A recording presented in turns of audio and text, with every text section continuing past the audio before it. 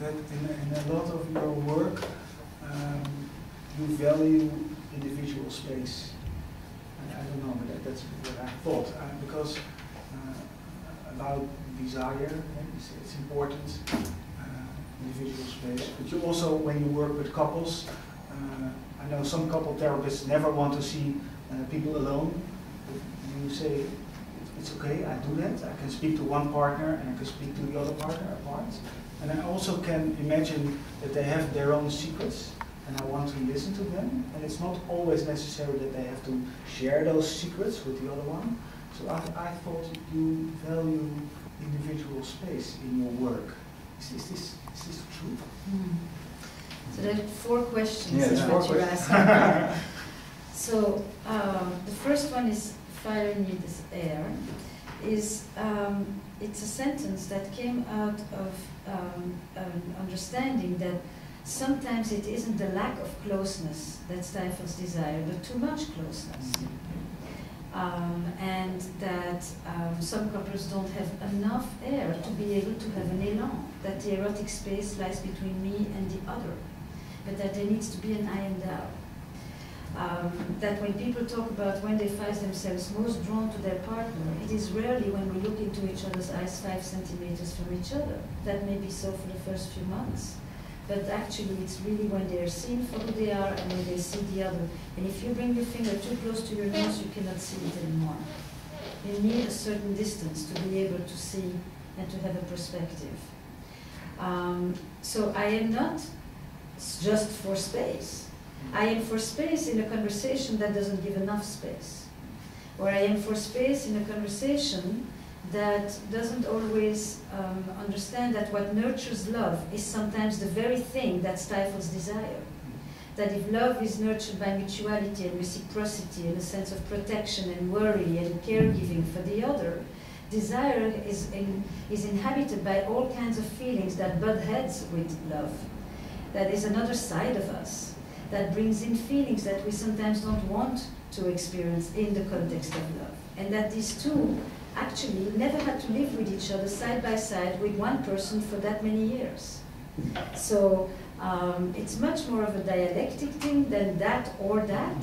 It's really how people manage the intricacies of desire and the paradox sometimes between how love and desire relate, but also conflict. I think that intimacy, that's the next piece about your question. Intimacy for most of history was a convivencia. It's me and you, we live together, we milk the cows, we work the land, we raise the kids, we starve together like, you know, fiddle on the roof. Intimacy in the age of transparency has become intimacy.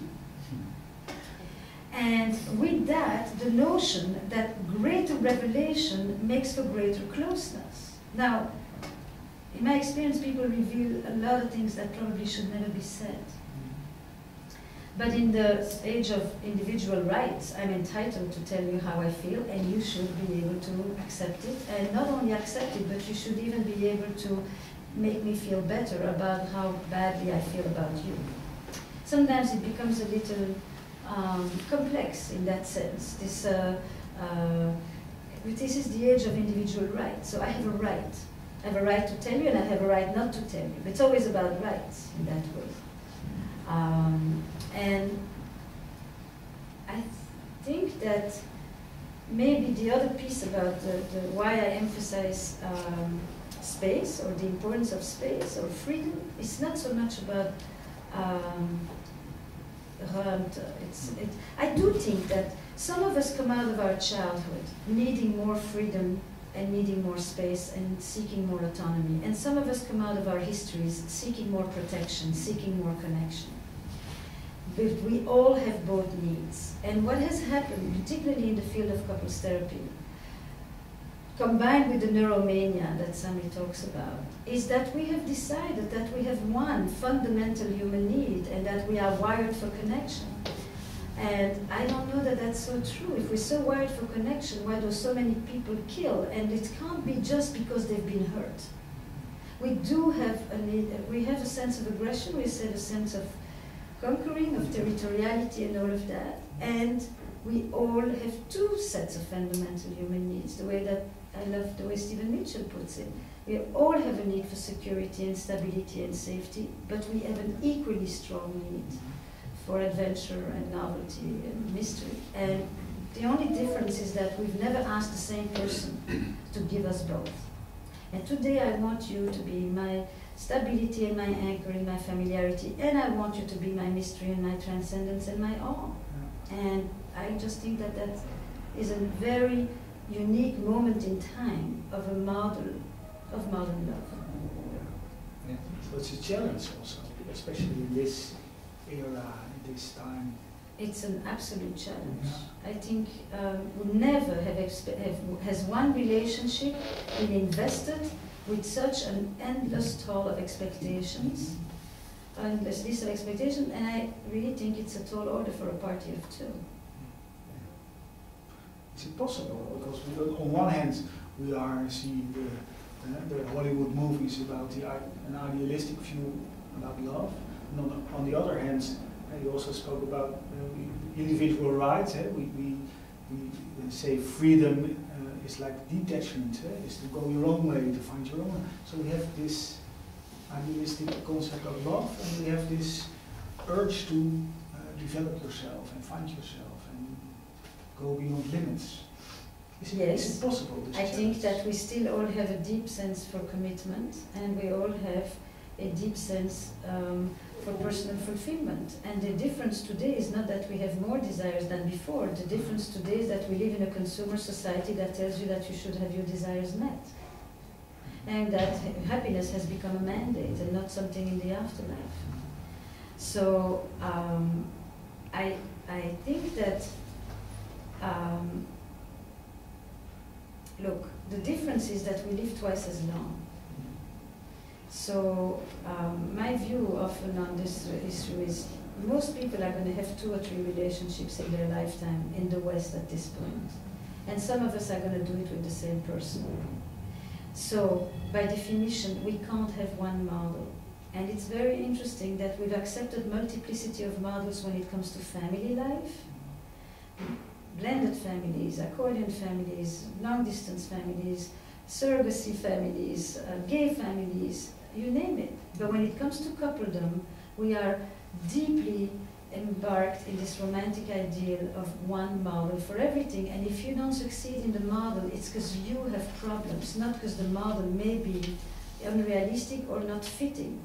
And so my idea is to introduce the concept of more than one model when it comes to couples' life, because otherwise 50% of them don't last anyway. Because I have to think it's also something you said about why is it that infidelity is problematized very much and divorce has become very common. That was the beginning of my work. It was I started this project during the Clinton and Lewinsky scandal because I was really fascinated. Sorry, Robert, kan je de vraag nog een keer stellen? Can you repeat it, please? Yeah. I was thinking about what you said, that right now that divorce has become very common. Many people have different relationships, and divorce and a second marriage or a third marriage is quite common. In my family therapy practice, I see it a lot. So that has become very common, and an affair or infidelity, that is very problematic. When we say we have to find models of how we deal with love today, I wondered, what can you say about that? But we divorce in part because we have an idea of what the relationship needs to be like. We divorce because women have much more independence. We divorce because we have an idea that we deserve to be happy. We divorce for all kinds of reasons. But it is true that, when the work for me began, when this project began, during the Lewinsky scandal, Clinton scandal, it was an interesting thing. Why was America so tolerant of divorce, with the complete dismantlement of all the family bonds, and so intransigent about the slightest transgression? Because once a cheater, always a cheater. It doesn't matter if it was one night or 7 years. And the traditional world has always opted the other way around. You preserve the family at all costs, and you make compromises around the transgression. Granted, women are the ones who've made and still do in most parts of the world. But the idea that divorce is an okay option, and by the way, to the point where if you have been cheated upon, you should leave. That is become almost, you should leave as a sign of your individual self-respect. It's like the fact that people can love and hate in the same place, that they can have a series of contradictory emotions for one person at the same time, or that they may choose that, it's like if you're a real man, you should go, and if you're a real woman, you should go. On both sides, you get this kind of dogmatic indoctrination like that.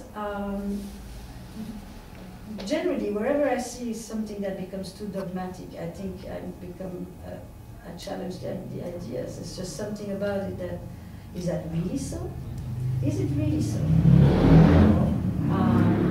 It doesn't matter. Infidelity has been historically condemned and universally practiced. So it's never been accepted anywhere. That's, I always joke that it's the only commandment that's repeated twice in the Bible.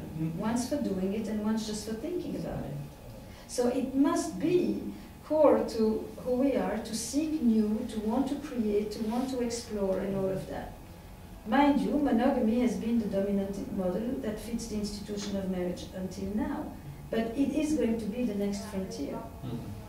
The same way that premarital sex was inconceivable and homosexuality could only be pathologized, and all the family models that we have today were unfathomable, at some point, sexual exclusiveness as the only form of monogamy will become the next conversation.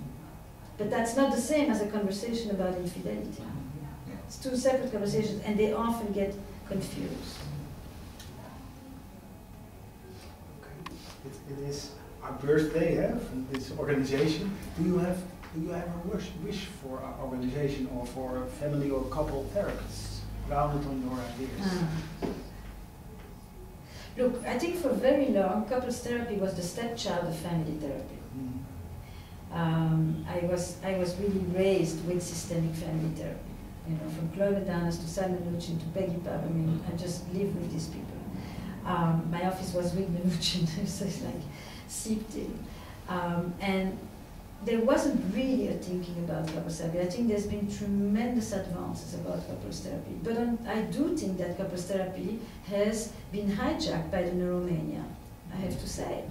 That it has really forgotten to look at power, to look at women's issues, to look at gender, okay. So for me, one dream I have has been, first of all, to integrate sexuality within the couples therapy world, and to not have sexuality, not think about relationships, and relationship people conveniently forget to talk about sexuality.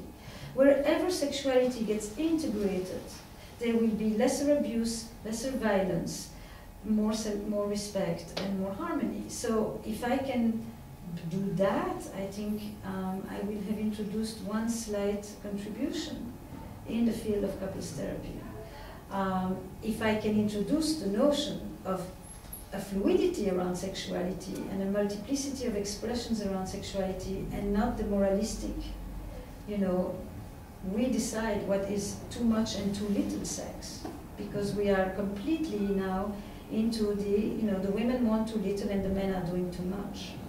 And so this whole concept of the desires of control around sexuality is basically, this diagnosis is worse than sin, because with sin you could still go confess. With diagnosis you have to bear your cross. One more question, because I wonder, talking about lessons learned, is there something that you would never do again, that you, by working, because this approach is different from a lot of people I read about, and I don't know how you came to work like this, but is there something that you learned from working with people that you would never do again?